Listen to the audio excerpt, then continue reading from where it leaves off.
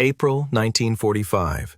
In the rubble of Polish cities, American soldiers found children so starved they were eating grass. One 7-year-old weighed 48 pounds, ribs visible, eyes that had forgotten hope, and an exhausted medic broke down and fed her his own chocolate bar. Mothers fell to their knees and wept. This wasn't one small kindness. It forced soldiers to choose between obeying orders and saving lives. A hard-charging general quietly told every unit to cut their rations and give the food to children. Officers in faraway headquarters were furious. Logistics officers said it was impossible. Medics said it was urgent. What followed was chaos and mercy. Field kitchens turned into hospitals, soldiers turned into nurses, and crates of medicine parachuted into pharmacies that had only a few aspirin left. The scale of what they attempted would reshape a continent and haunt every man who watched a child take a real bite of food for the first time.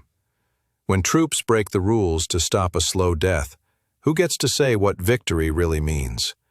The 7-year-old girl weighed 48 pounds. That's what the American medic calculated when he picked her up in the rubble-strewn street of Krakow on April 23, 1945. 48 pounds. His own daughter back in Kansas was 7 years old and weighed 63 pounds. This Polish child was skeletal, her ribs pressing against skin so thin he could see her heartbeat through her chest. Private First Class Daniel Morrison had survived the Battle of the Bulge. He'd seen men torn apart by artillery. He'd pulled his best friend from a burning tank. He thought he'd seen every horror war could manufacture. Then this little girl looked up at him with eyes that had forgotten what hope looked like, and Morrison broke. He reached into his field jacket and pulled out his weekly chocolate ration, a Hershey's bar he'd been saving for 3 days. The girl stared at it like it was a hallucination. Her hands trembled so violently she couldn't grasp it. Morrison unwrapped it for her, broke off a square, and placed it in her palm. She didn't eat it immediately. She looked at her mother first, seeking permission for something her mind told her couldn't possibly be real. The mother, a woman who'd once been beautiful before starvation carved her face into a skull, nodded once. Then she collapsed to her knees in the street and wept. Morrison knelt beside them, tears streaming down his face as the girl took her first bite of chocolate. Around them, other Polish women emerged from shattered buildings. They saw the American soldier feeding a child, and they began to cry too. Within minutes, 23 women were on their knees in that street, some clutching the hands of young American GIs, others simply weeping into their palms. Lieutenant James Walsh from Boston watched this scene repeat itself across 6 city blocks that morning. His combat log, preserved in the National Archives, describes what Americans discovered when they liberated Poland. April 23, 1945. Entered Krakow expecting military resistance. Found something worse. Children eating grass, actual grass. They boil it to make it soft enough to chew. Saw a mother attempt to trade her wedding ring for a single potato. There were no potatoes to buy. We thought Germany was hell. Poland is what comes after hell. The statistics the Americans compiled were almost incomprehensible. 6 million Polish citizens dead, 17% of the entire population erased.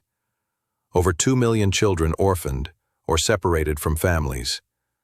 70% of Warsaw completely destroyed, not damaged, but obliterated, reduced to dust and memory. Cities like Krakow operating on 200 calories per person per day, 1/10 of minimum survival requirements. But numbers couldn't capture what Morrison and Walsh and thousands of other American liberators actually witnessed that spring. Captain Robert Morrison, no relation to the private, documented finding 184 children hiding in the ruins of a single apartment building. They'd created a micro-society of survival, the older ones caring for the younger, all of them subsisting on melted snow, rats, and the kind of hope that only children can manufacture from nothing. The youngest was 18 months old. None had seen their parents in months, many never would again. The children had developed a system. The oldest, a 12-year-old boy named Jacek, organized scavenging parties. They'd learned which types of tree bark were edible. They knew how to trap rats without getting bitten. They'd found a way to collect rainwater that didn't make them sick. Sergeant Thomas Chen from San Francisco wrote home about meeting Jacek. This kid is running an operation that would impress any infantry commander. He's got sentries, supply chains, a medical station made from torn curtains and prayers. He's 12 years old. When I gave him a can of Spam, he didn't eat it. He divided it into 184 equal portions. I watched a starving child do mathematics to make sure every other starving child got exactly the same amount. That's when I understood what we were really fighting for. The Polish underground newspaper, Bulletin Informacyjny, had documented the descent into mass starvation with the precision of witnesses who knew they were recording an apocalypse. Their March 1945 edition contained a sentence that haunted American officers. Our children are disappearing, not to camps anymore, but to starvation. Every morning brings new small bodies in the streets. Morrison's report to command was blunt. Sir, we have a humanitarian catastrophe of unprecedented scale. Recommend immediate intervention. These people have been living in hell for 6 years. They need food, medicine, and hope. Respectfully request permission to help them. The problem was that the U.S. Army wasn't designed for massive humanitarian aid operations. Military machine excelled at destruction, at logistics of war, at moving men and materiel to kill enemies. But feeding millions of starving civilians? That wasn't in the manual. Every level of command faced the same question. Would they try? Private Morrison stood in that Krakow street, watching the 7-year-old girl carefully break her chocolate bar into pieces to share with 3 other children who'd materialized from the ruins. She'd been given her first food in 3 days, and her immediate instinct was to divide it among others who had nothing. Morrison later told military chaplains, "I didn't know we were fighting for this too. I thought we were here to beat the Nazis. I didn't realize we were here to prove that their entire worldview was garbage." For 6 years, Nazi ideology had classified Poles as Untermenschen, subhumans, worth less than animals, scheduled for elimination or enslavement. The Germans had constructed an entire philosophy around Polish inferiority. They'd built camps, designed starvation policies, and created systematic methods to erase Polish culture from existence. Then their conquerors arrived and immediately knelt in the streets to feed Polish children. The Nazi guards who'd fled just days before had never cried for Polish suffering. They'd never shared their rations. They'd never seen Polish children as anything but obstacles to German expansion. They'd been trained to view compassion as weakness and cruelty as strength. The Americans responded to Polish suffering by weeping in the streets. This wasn't weakness. This was the complete rejection of everything the Nazis had believed. Every chocolate bar, every can of soup, every tear shed by a young GI from Kansas was a declaration that the Nazi worldview was not just wrong, but obscene. Morrison's chocolate bar was a weapon more devastating than any artillery barrage. It proved that the master race had been conquered by a nation that believed every child, regardless of nationality, regardless of blood, regardless of anything, deserved to eat. The girl finished her portion of chocolate and looked up at Morrison with an expression he'd remember for the rest of his life. It wasn't gratitude exactly. It was something deeper. Recognition, maybe. The understanding that the nightmare had rules, and the rules had just changed. Morrison wrote in his diary that night, "Gave a kid chocolate today. She shared it with 3 other kids. I'm 22 years old, and I just learned more about humanity from a 7-year-old Polish girl than I learned in 4 years of war. The Nazis wanted to prove some people aren't worth saving. This kid just proved that some people are worth dying for." The war against Nazi Germany was won. The war against what the Nazis had done to Poland was just beginning. And standing in those ruins, surrounded by skeletal children and weeping mothers, American soldiers made a choice that wasn't authorized by any command, wasn't part of any strategic plan, and wasn't calculated to achieve any military objective. They decided that if they'd crossed an ocean and survived hell to defeat tyranny, they sure as hell weren't going to stand around and watch kids starve in the peace. That decision, repeated across hundreds of Polish towns by thousands of individual American soldiers, was about to become the largest grassroots humanitarian mission in American military history. General George S. Patton wasn't supposed to cry. The man who slapped shell-shocked soldiers, who drove tank divisions through enemy lines like a hot knife through butter, who once said, "No bastard ever won a war by dying for his country." That man stood in a Polish schoolhouse converted into a makeshift hospital and wept openly. The date was April 27, 1945. The occasion was a medical inspection of Polish children in Krakow. The trigger was simple. Every child weighed less than 60 pounds. The oldest was 13. Dr. Sarah Kellerman, U.S. Army Medical Corps, documented what Patton saw that day. Children with bodies so emaciated their organs were visible through translucent skin. A 9-year-old boy whose legs had atrophied because he'd been too weak to walk for 6 months. A girl who'd gone blind from malnutrition, her retinas literally starved of nutrients. The general asked me how many would die without immediate intervention. I told him the truth. All of them, within 3 weeks. Patton's response became legendary. He walked out of that schoolhouse, grabbed the nearest radio operator, and sent the message that would save hundreds of thousands of lives. The telegram didn't go through proper channels. It didn't wait for approval from Supreme Headquarters Allied Expeditionary Force. It went directly to every American unit in the European theater. Effective immediately, all U.S. forces will reduce personal rations by 25%. Surplus will be distributed to Polish civilians. Priority to children. Any officer who delays this order for paperwork will answer to me personally. Patton. Sergeant Edward Murphy from Chicago was eating lunch when the order came through. We were having beef stew, crackers, coffee, canned peaches. Good stuff. The lieutenant walks up and says, "Finish that meal, boys, because starting tomorrow we're going on 3/4 rations." We asked why.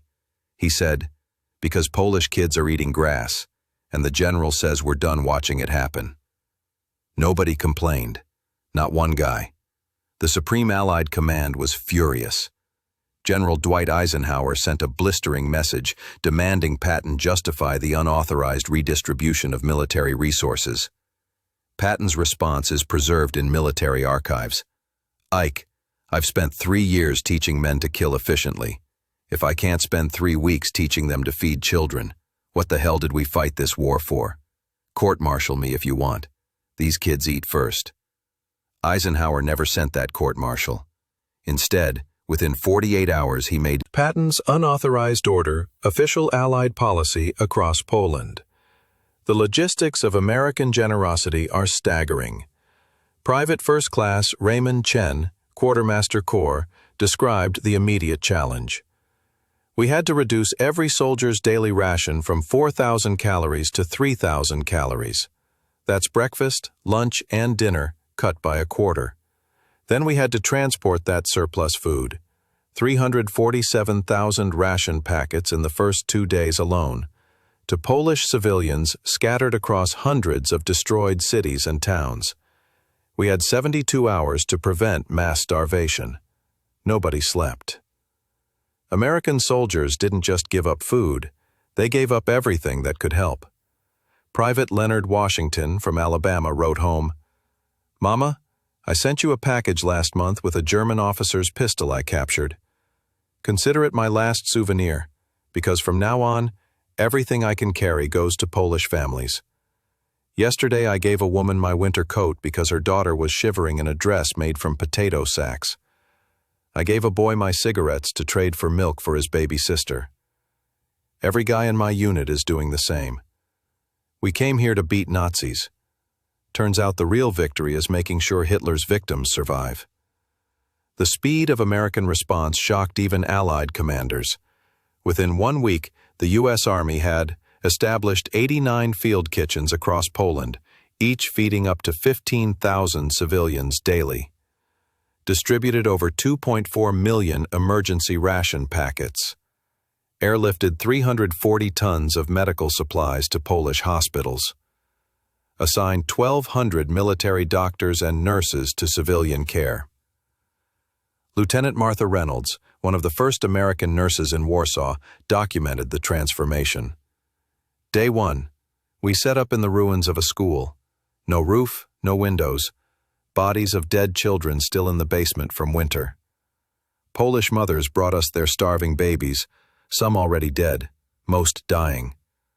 I counted 84 children in critical condition that first morning. Day 7. Same location, now with American tents, generators, and medical supplies. Those same mothers bringing their children back for second and third meals. Not one child died in our care that entire week. Not one. The contrast with Soviet forces approaching from the east was stark and deliberate. While Americans were reducing their own rations, Soviet troops were seizing Polish food supplies. Captain Robert Morrison documented the difference. We liberated a Polish farming village on May 2nd. The Soviets had been there 3 days earlier, confiscated every chicken, every bag of grain, every potato, left the village with nothing. When we arrived, we gave them our rations, our medical supplies, our blankets. A Polish farmer asked me why Americans were so different from Russians. I told him, because we believe freedom means nothing to a starving man. The statistics prove American exceptionalism wasn't propaganda. It was policy, backed by unprecedented action. In May 1945 alone, U.S. forces fed 1.2 million Polish civilians daily.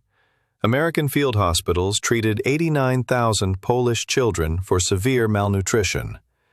U.S. Army doctors performed 12,000 emergency surgeries on Polish civilians. American soldiers voluntarily donated $340,000 from their own pay to Polish relief funds. Private Thomas Rodriguez from Texas explained the soldiers' perspective. Look, I signed up to fight Nazis, not to watch kids die slow from hunger. We had the food. They needed the food. Basic math. When you've got a warehouse full of rations and there's a 7-year-old girl outside who weighs 40 pounds, you don't need orders from headquarters. You need a conscience. The enemy's reaction reveals the psychological victory. A captured German officer, interrogated about American relief efforts, said something that appears in multiple intelligence reports. We spent 5 years convincing ourselves that Slavic peoples were subhuman, that their suffering was natural and deserved. Then we watched American soldiers weep over Polish children and give them food from their own mouths. You didn't just defeat our armies.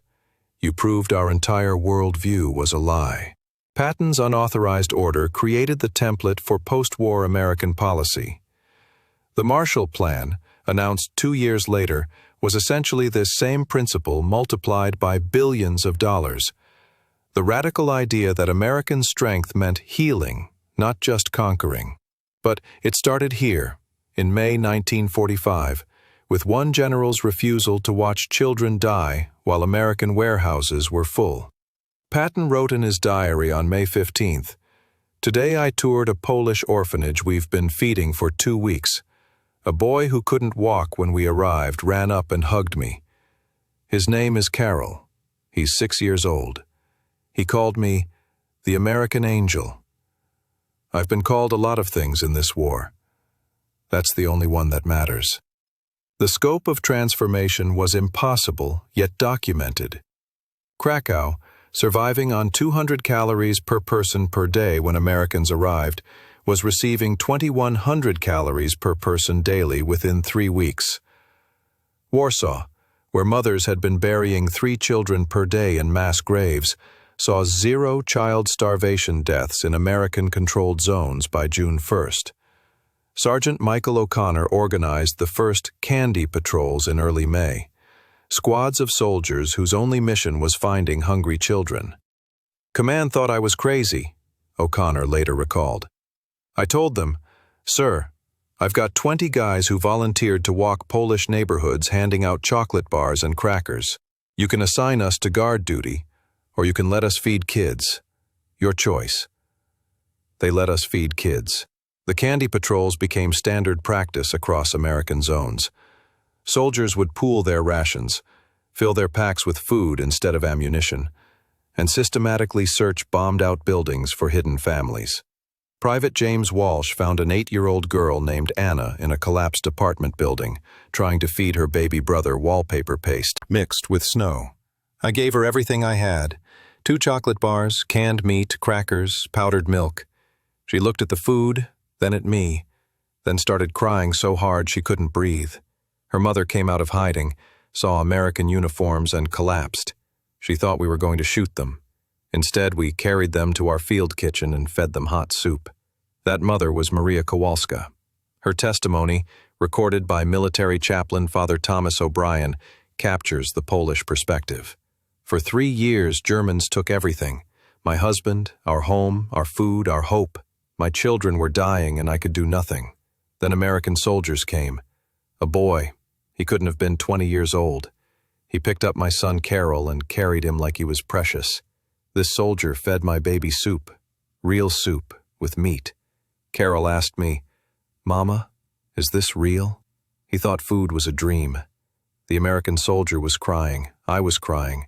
All the mothers were crying, because Americans gave us back our children's lives. By June 1945, the impossible had become routine. Over 3 million meals served daily to Polish civilians. Child mortality rates dropped 76% in American zones. 184,000 Polish orphans in American care receiving education, food, and medical treatment. Patton's unauthorized order proved that American power meant more than military dominance. It meant a nation that measured victory and saved lives, not just seized territory. It meant soldiers who fought tyranny with bullets and defeated despair with chocolate bars. That's not just military history. That's American character in action. The American corporal watched a Polish mother die in the street holding an empty tin can. She'd been trying to collect rainwater for her 3-year-old son. The boy sat beside her body, too weak to cry, his legs swollen from starvation edema. This wasn't combat. This was something worse. Private First Class David Brennan from Philadelphia had survived the Battle of the Bulge. He'd watched friends die in his arms. He thought he understood war. Then he entered Warsaw on May 2nd, 1945, and realized he understood nothing. "The smell hit us first," Brennan wrote to his sister. "Not gunpowder, not death from battle. This was the smell of a city eating itself alive. People were boiling leather shoes to make soup. I saw a grandmother chewing on a candle because her body couldn't tell the difference between wax and food anymore. Her granddaughter just watched, too tired to beg. The statistics were mathematical proof of genocide's aftermath. Warsaw's population had dropped from 1.3 million to 420,000. Of those who remained, medical officers estimated over 200,000 faced death from starvation within 60 days without intervention. The city's daily food supply totaled 1,200 calories per person, if distributed perfectly, which it wasn't. Most civilians were surviving on 300 calories daily. A human body burns 1,800 calories just staying alive. Sergeant Edward Santos documented what American liberation actually looked like in Poland's capital.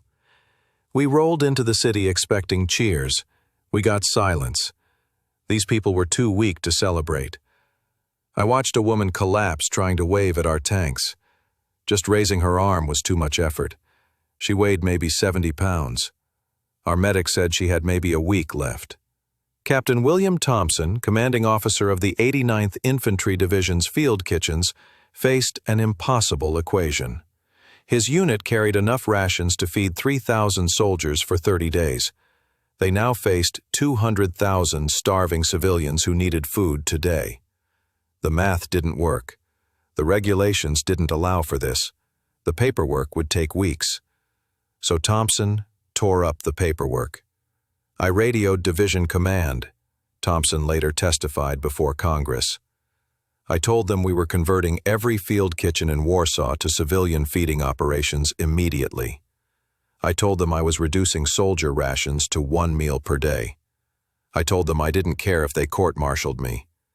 These kids were dying in front of us. What kind of Americans would we be if we just watched? Division Command's response came within 4 hours. Proceed with unauthorized humanitarian operation.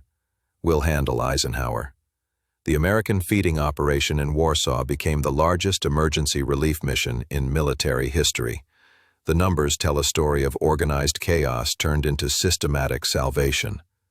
Within 24 hours, U.S. Army cooks established 127 emergency feeding stations across Warsaw's ruins. Every functioning building became a makeshift kitchen.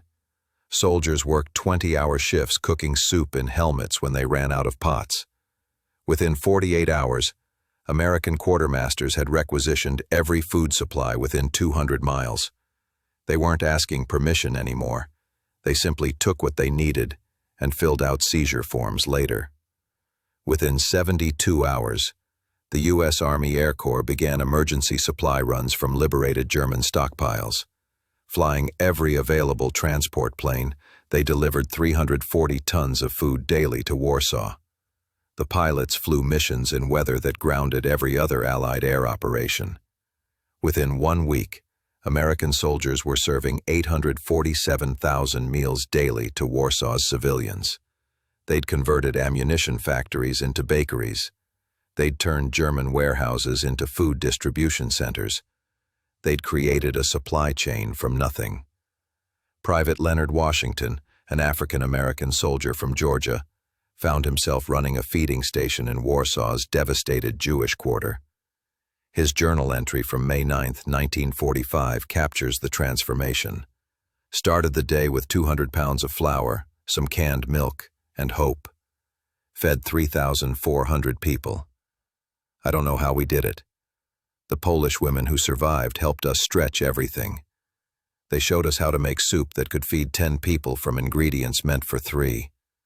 These women were dying themselves, but still taught us their tricks. A little boy came up to me today. Couldn't have been more than 5. He was so thin I could count every bone. He looked at me, really looked at me, studying my face, and I realized he was trying to figure out if I was real or a hallucination. Starvation does that, makes you see things that aren't there. I gave him a biscuit, just a regular army hardtack biscuit, the kind we complain about because it's so bland. This kid took 1 bite and started crying. Not sad crying, joy crying. He ran to show his mother like it was a bar of gold. I'm keeping this biscuit wrapper. Someday I want to show my kids. This is what their daddy fought for. Not territory, not revenge. This biscuit that made a starving Polish boy cry with happiness. The Polish perspective reveals the psychological shock of American abundance. Maria Wojcik, a Warsaw schoolteacher who'd survived the ghetto, testified about her first encounter with American generosity. For 5 years, the Germans taught us we were worthless, subhuman. They proved it by starving us. We believed them because what choice did we have? When you watch your neighbors die of hunger and there's nothing anyone can do, you start to think maybe you don't deserve to live. Then the Americans arrived. A soldier, I never learned his name. He set up a kitchen in what used to be my school. He served soup, real soup with meat and vegetables. He served bread, actual bread, not sawdust mixed with dirt. He served it to everyone. He didn't ask if we were Jewish or Christian. He didn't ask if we'd collaborated or resisted. He just asked if we were hungry. When I said yes, he filled my bowl. Then he filled it again. And again. I told him I couldn't pay. He looked confused. He said, "Ma'am, it's free. All of it. Eat as much as you want." I thought he was mocking me. Nobody gives away food. Not in war. Not ever. But he was serious. Completely serious. These Americans, they'd traveled thousands of miles, fought across Europe, and now they were giving their own food away to strangers. I asked him why. He said something I'll never forget. Because you're hungry and we have food. That's all the reason Americans need. The contrast with Soviet liberation forces became stark and political. When the Red Army entered Poland from the east, they requisitioned civilian food supplies for military use. Soviet soldiers seized grain stores. They claimed livestock. They stripped warehouses. When Americans entered Poland from the west, they gave away their own rations. They set up field hospitals. They fed civilians before feeding themselves. Lieutenant Colonel Harold Jensen documented the strategic implications in his after-action report. Soviet forces are winning territory but losing hearts. We're feeding the Polish people, and they're feeding us intelligence about Soviet movements. Every bowl of soup creates an ally. Every child we save becomes a future advocate for American values. This isn't just humanitarian aid. It's the most effective peacetime strategy we could deploy. But the soldiers didn't care about strategy. They cared about the children. Corporal James Mitchell from Iowa spent his days hunting for hidden families in Warsaw's ruins. He developed a system. Look for smoke from illegal fires, follow sounds of children crying, search buildings that should be empty but showed signs of habitation. On May 14, 1945, Mitchell found something that broke him. In a collapsed basement, 17 children had created a makeshift family. The oldest was 12. The youngest was 9 months old. They'd survived by scavenging German ammunition boxes and melting snow. The 12-year-old, a girl named Zofia, had organized everyone into work details: scavenging team, water team, baby care team. Zofia had kept every child alive for 4 months with nothing but scraps and willpower. Mitchell radioed for immediate medical evacuation. Then he sat down and cried while feeding each child a ration bar. Zofia wouldn't eat until every other child had eaten, Mitchell wrote. This 12-year-old girl, starving to death, still putting others first. I told her to eat. She said she was the oldest and would eat last. I said that wasn't how America worked. Everyone eats together. She looked at me like I'd told her the sun would rise at midnight. The concept of enough food for everyone was literally unbelievable to her. So I proved it. I opened my pack and showed her 6 full rations. I told her we had trucks full of food, warehouses full of food. America had so much food we could feed every person in Warsaw and still have leftovers. She asked if I was lying to make her feel better. I took her to our field kitchen, showed her the supplies, let her see the trucks arriving with more food. Watched her face as she realized it was real. She collapsed, just fell to her knees and sobbed. All those months of holding it together for the other kids, and the sight of abundant food finally broke her. Or maybe it healed her. I still don't know which. What I do know, I joined this army to kill Nazis. I'm proudest of feeding a 12-year-old girl who'd forgotten what it felt like to be full. The medical statistics from Warsaw proved what American compassion could accomplish. U.S. Army doctors established emergency clinics in 37 locations across the city. They treated over 67,000 patients in the first 2 weeks. Most suffered from starvation-related conditions: edema, scurvy, typhus, tuberculosis. Captain Sarah Kellerman, who documented the crisis in Krakow, transferred to Warsaw to run the largest emergency clinic. Her medical logs read like dispatches from hell, gradually transforming into reports of hope. May 5th. Treated 847 patients today. 92% show signs of severe malnutrition. Average weight for adult women, 82 pounds. Adult men, 94 pounds.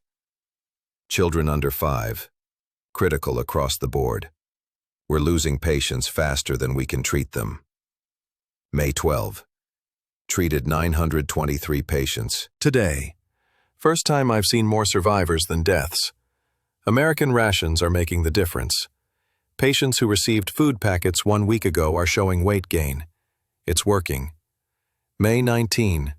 Treated 784 patients today. Deaths are down and more patients are stabilizing than we're losing. Children are beginning to gain weight. Mothers are holding loaves of bread without fear. We are far from finished, but for the first time in weeks there is a cautious sense that Warsaw might survive. The photograph in Captain William Bradford's hand showed a building that shouldn't exist.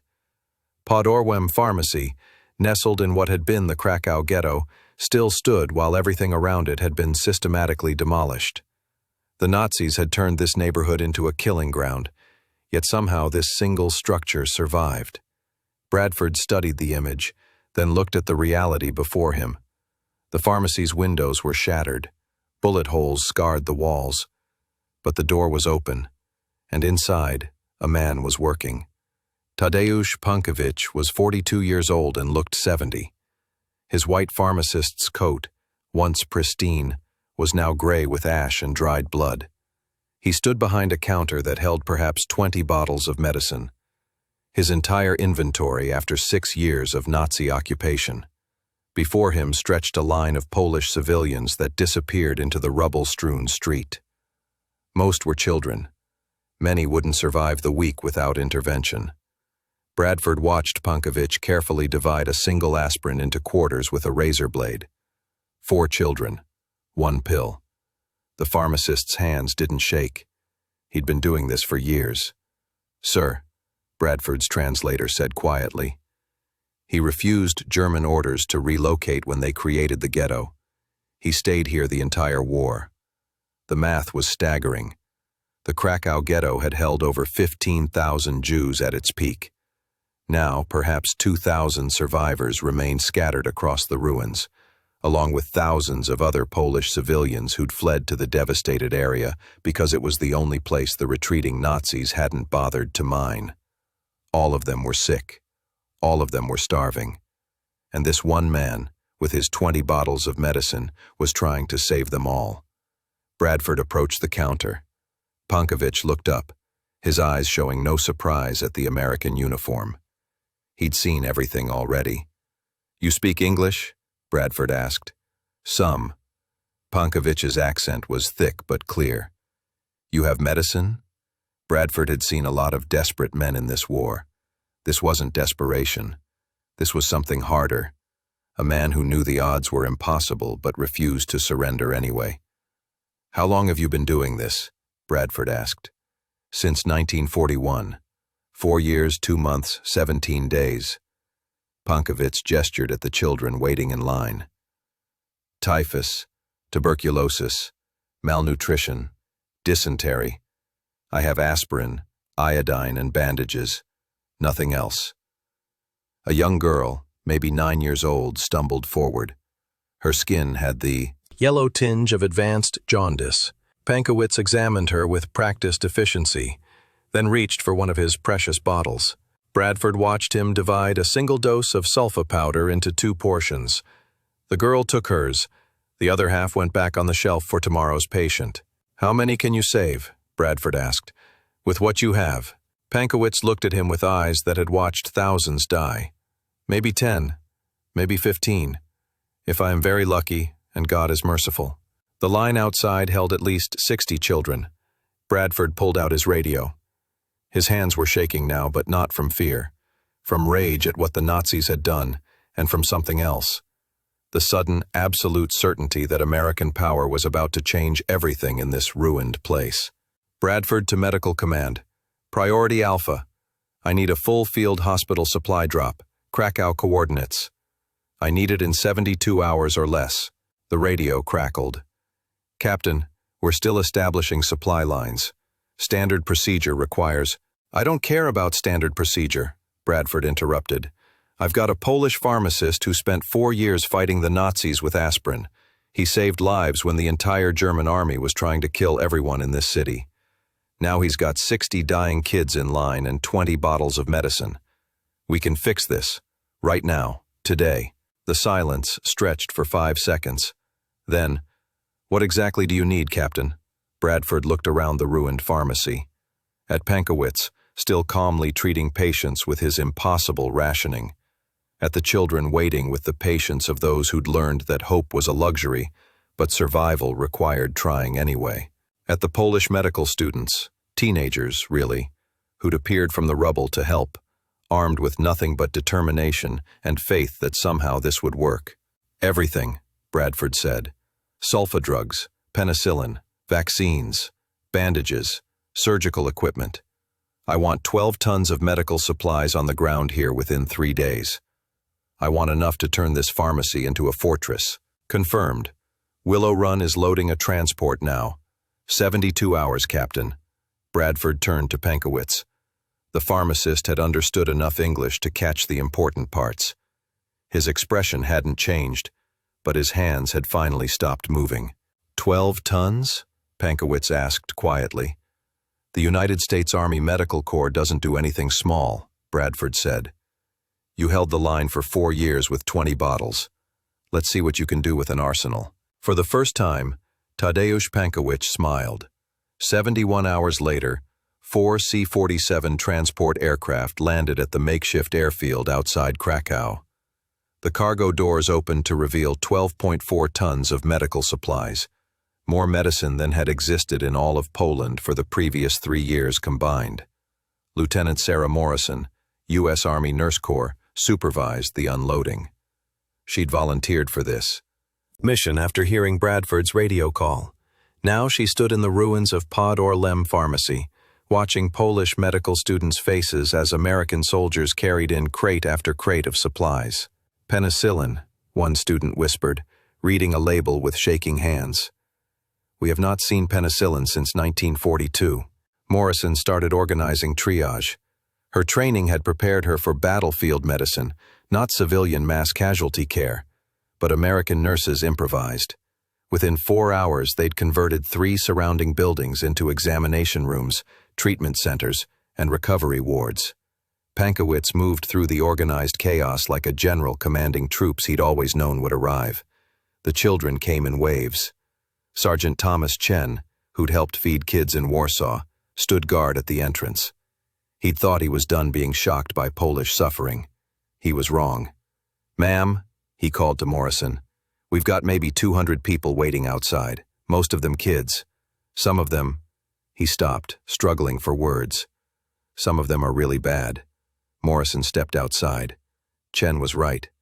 These weren't the relatively healthy survivors from the cities. These were ghetto survivors, camp survivors, children who'd hidden in forests for years. One boy, no older than 12, had a leg wound infested with gangrene that should have killed him months ago. A girl missing 3 fingers from frostbite still clutched her younger brother's hand with her remaining digits. We treat them all, Morrison said simply. That's why we're here. The American medical operation in Krakow became something unprecedented. Pankowicz's pharmacy transformed from a desperate last stand into a full medical center. U.S. Army doctors worked 18-hour shifts alongside Polish nurses and medical students. Within 1 week, they'd established 14 emergency field hospitals across the city. Within 2 weeks, the mortality rate among Polish children in Krakow dropped from 34% to 3%. The numbers told an impossible story. In April 1945, an estimated 8,000 children in Krakow were dying from preventable diseases and starvation. By June, that number had dropped to fewer than 200. The U.S. Army Medical Corps didn't just supplement Polish health care. They rebuilt it from nothing in less than 60 days. Captain Bradford documented everything. His reports became legendary in military medical circles for their detailed accounting of how American logistical superiority translated into saved lives. One entry, dated May 15, 1945, captured the transformation. Day 1, children dying in the streets. Day 30, children playing in the streets. Pankowitz no longer rations aspirin in quarters. We have enough medicine to treat every patient twice over. The Polish medical students we trained are now training others. American medicine plus Polish resilience equals miracles. But the statistics couldn't capture moments like the one Corporal Eddie Santos witnessed in the pharmacy's main ward. A Polish mother had brought her 3 children in for treatment. All 3 had typhus. All 3 were critically ill. Santos watched Morrison and her team work through the night, administering new sulfa drugs and IV fluids that simply hadn't existed in Poland for years. At dawn, the smallest child, a boy maybe 5 years old, opened his eyes. His fever had broken. His mother collapsed to her knees, weeping. She grabbed Morrison's hands and kissed them, speaking rapid Polish through her tears. "She says you are an angel," Pankowitz translated, his voice rough with emotion. "She says God sent Americans, because Polish prayers alone were not enough." Morrison, who'd been awake for 36 hours straight, just nodded. "Tell her that's what we do. We're Americans. We don't leave kids to die when we can save them." The contrast with Soviet forces operating in eastern Poland became impossible to ignore. While American medics treated civilians, Soviet troops requisitioned medical supplies for their own use. Polish witnesses documented Soviet soldiers confiscating hospital equipment, medicine, even bandages from civilian facilities. The message was clear. Soviet victory meant Soviet priorities. American victory meant everyone's survival. This wasn't propaganda. It was documented fact. Polish underground newspapers, which had spent years exposing Nazi atrocities, now reported on the dramatic difference between the liberators. One May 1945 edition of Bulletin Informacyjny stated simply, "The Americans feed us. The Soviets take our food. The Americans heal us. The Soviets take our medicine. We know now what freedom means." Tadeusz Pankowicz became something of a legend among American troops. They called him the pharmacist who wouldn't quit. His story spread through the ranks. The Polish civilian who defied Nazi orders, survived years of occupation, and saved lives with almost nothing. When Bradford recommended him for official recognition, 12 American soldiers wrote supporting letters without being asked. Private Leonard Washington, who'd run feeding stations in Warsaw, visited the Krakow medical operation in late May. He found Pankowitz training a group of young Polish women in basic pharmacy practices. Maria Kowalska knelt in the rubble of what used to be her apartment building, watching her 4-year-old son Karol try to stand. He couldn't. His legs wouldn't support his weight anymore. For 3 days she'd had nothing to give him except melted snow and promises that tomorrow would be better. She was lying. Tomorrow was going to be the same hell as today. Then she heard the rumble of American trucks. "Mama," Karol whispered, his voice barely audible. "What's that sound?" Maria didn't answer because she didn't dare hope. The Nazis had made trucks mean deportation and death. But these trucks were different. They stopped. Soldiers jumped out, and they were carrying boxes of food. An American soldier, barely 20 years old with a New York accent she couldn't understand, walked directly to her son. He didn't ask permission. He just scooped up Karol like the boy weighed nothing and carried him toward a field kitchen the Americans had set up in the street. Maria followed, stumbling over debris, her heart pounding with a terror that this might be another cruel trick. The soldier sat Karol down at a makeshift table. He brought a bowl of soup, real soup. Maria could see chunks of meat and actual vegetables floating in the broth. Karol stared at the bowl. He looked up at his mother with eyes that had forgotten what food looked like. "Mama," he said in Polish, "is this real? Am I dreaming?" The American soldier was crying. Maria was crying. Karol was touching the edge of the bowl with one trembling finger, as if the soup might disappear if he moved too fast. "Eat, baby," Maria whispered. "Eat." Karol took one spoonful, then another. Then he started sobbing while he ate, unable to process that food existed again in the world. The American brought bowls for Maria's other 2 children. He brought bread with actual butter. He brought chocolate bars that her daughter, 8-year-old Anna, stared at like they were made of gold. Then the soldier took off his own jacket and wrapped it around Anna, because she was shivering in the April cold. Maria tried to speak English. All she knew was, "Thank you, America." The soldier shook his head. Another American who spoke broken Polish translated. He says, "Ma'am, we're Americans. This is what we do." That moment, repeated in hundreds of Polish cities, defined what Sergeant Michael O'Connor called chocolate bar diplomacy. It wasn't official policy. It was individual American soldiers who couldn't stand watching children starve. O'Connor, a tough Brooklyn kid who'd fought across France and Germany, had organized what he called candy patrols. Groups of soldiers would walk through bombed-out neighborhoods specifically looking for hungry children. His mission wasn't assigned. He just did it. On April 27, 1945, O'Connor found a scene that haunted him for life. In a collapsed building on the edge of Krakow, an 8-year-old girl was trying to feed her baby brother wallpaper paste mixed with water. She was scraping it off the walls with her fingernails. O'Connor's combat journal entry that night. Found a girl today, maybe 8, trying to feed her baby brother wallpaper paste. Actual wallpaper paste. I gave her everything I had, 3 chocolate bars, 2 cans of Spam, crackers, condensed milk. She looked at me like I was Jesus Christ himself. Started crying so hard she couldn't breathe. The baby, he was maybe 18 months old, couldn't even cry anymore, too weak. I'm not a religious man, but I prayed for those kids all night. The girl's name was Zofia. Her parents had been killed in the Warsaw Uprising. She'd been keeping her brother alive for 4 months by scavenging whatever she could find. When O'Connor handed her the food, she did something that broke him completely. She carefully divided everything into equal portions, then ran to share it with 3 other children hiding in the basement. O'Connor radioed his unit. Within 2 hours, 5 American soldiers had converted that ruined building into an impromptu orphanage.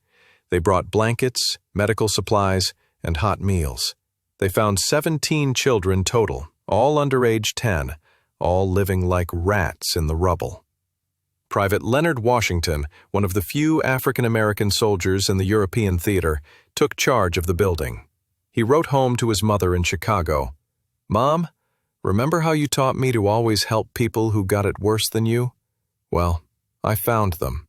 These Polish kids don't care what color I am. They just see an American soldier with food and medicine. Yesterday, a little boy hugged me and wouldn't let go for 20 minutes. His mother said it was the first time he'd smiled in a year. I'm keeping that memory forever." The scope of individual American generosity was staggering. U.S. soldiers sent over 2.3 million care packages from their own families specifically to Polish children. American churches raised $47 million, over $800 million in today's money, for Polish relief in 1945 alone. Individual soldiers adopted over 8,000 Polish orphans, sponsoring their immigration to America. Captain Sarah Kellerman, running a medical clinic in Warsaw, documented the transformation. Day 1, children dying in the streets. Day 30, children playing in the streets. That's American medicine plus Polish resilience. That's what happens when the world's most powerful nation decides every life matters. Her medical logs showed impossible statistics. In areas with American military presence, Polish child mortality rates dropped 76% in just 8 weeks. The U.S. Army was treating over 3,000 children daily for severe malnutrition, typhus, tuberculosis, and wounds that had never received proper care. Private Thomas Rodriguez from Texas described the daily routine. We'd finish our military duties, then spend evenings running what we called Kid Patrol. We'd walk through neighborhoods with bags of food, candy, medicine. Polish mothers would come out crying, trying to give us their last possessions as payment. We'd refuse. Some guys started learning Polish just to tell them, "This is a gift. America doesn't charge for helping children." The contrast with Soviet forces was stark and deliberate. Soviet troops, approaching Poland from the east, requisitioned food from civilians. They seized supplies and sent them back to Russia. Polish underground newspapers began calling American zones islands of hope in an ocean of occupation. One Polish resistance fighter, interviewed by American intelligence, put it bluntly, "The Soviets liberated us from the Nazis and then starved us themselves. The Americans liberated us and then fed us. We know which kind of liberation we prefer." The intelligence value was enormous. Grateful Polish civilians provided information about remaining Nazi holdouts, and increasingly about Soviet military movements.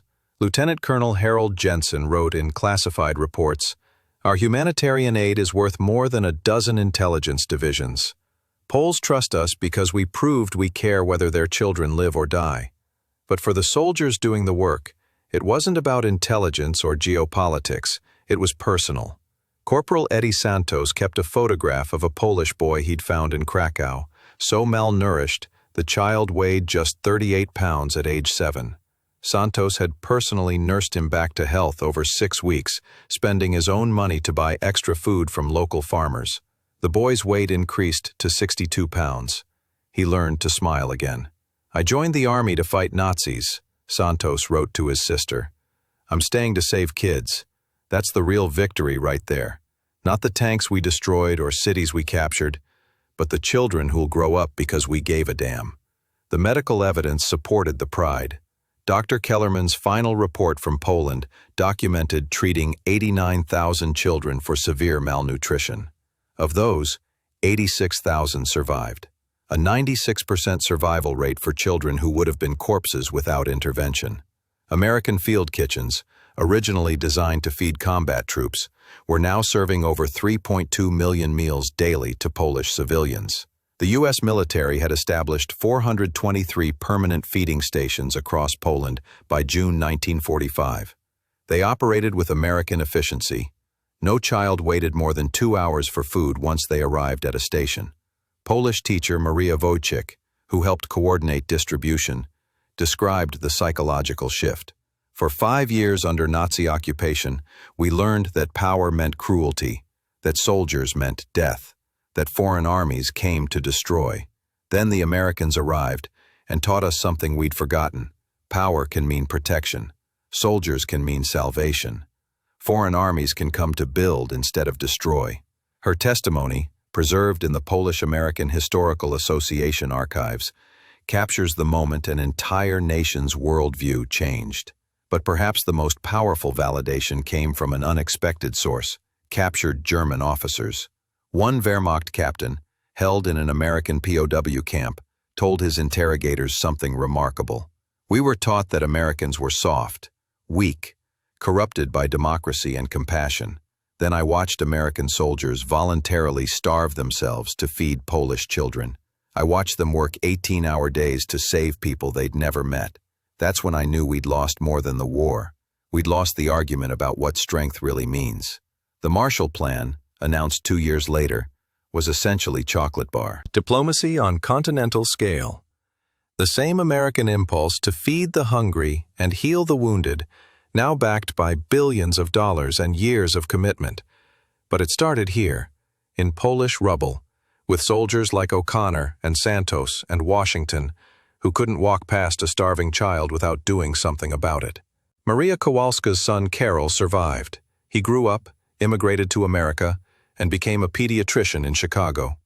He named his first daughter Sarah, after Captain Kellerman.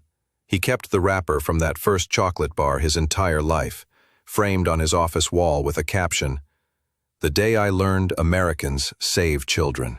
In Krakow today, a memorial stands near the site where O'Connor found Zofia and her brother.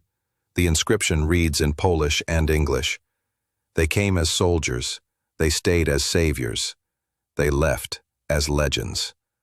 That's American exceptionalism defined, not by what we conquered, but by what we protected, not by enemies we defeated, but by children we saved. Because that's what Americans do. We bring chocolate bars to war zones. We turn field kitchens into feeding stations. We measure victory, not in territory gained, but in children who live to see tomorrow. Between 1945 and 1946, American humanitarian aid prevented an estimated 430,000 deaths among Polish children, turning imminent catastrophe into survival for a generation.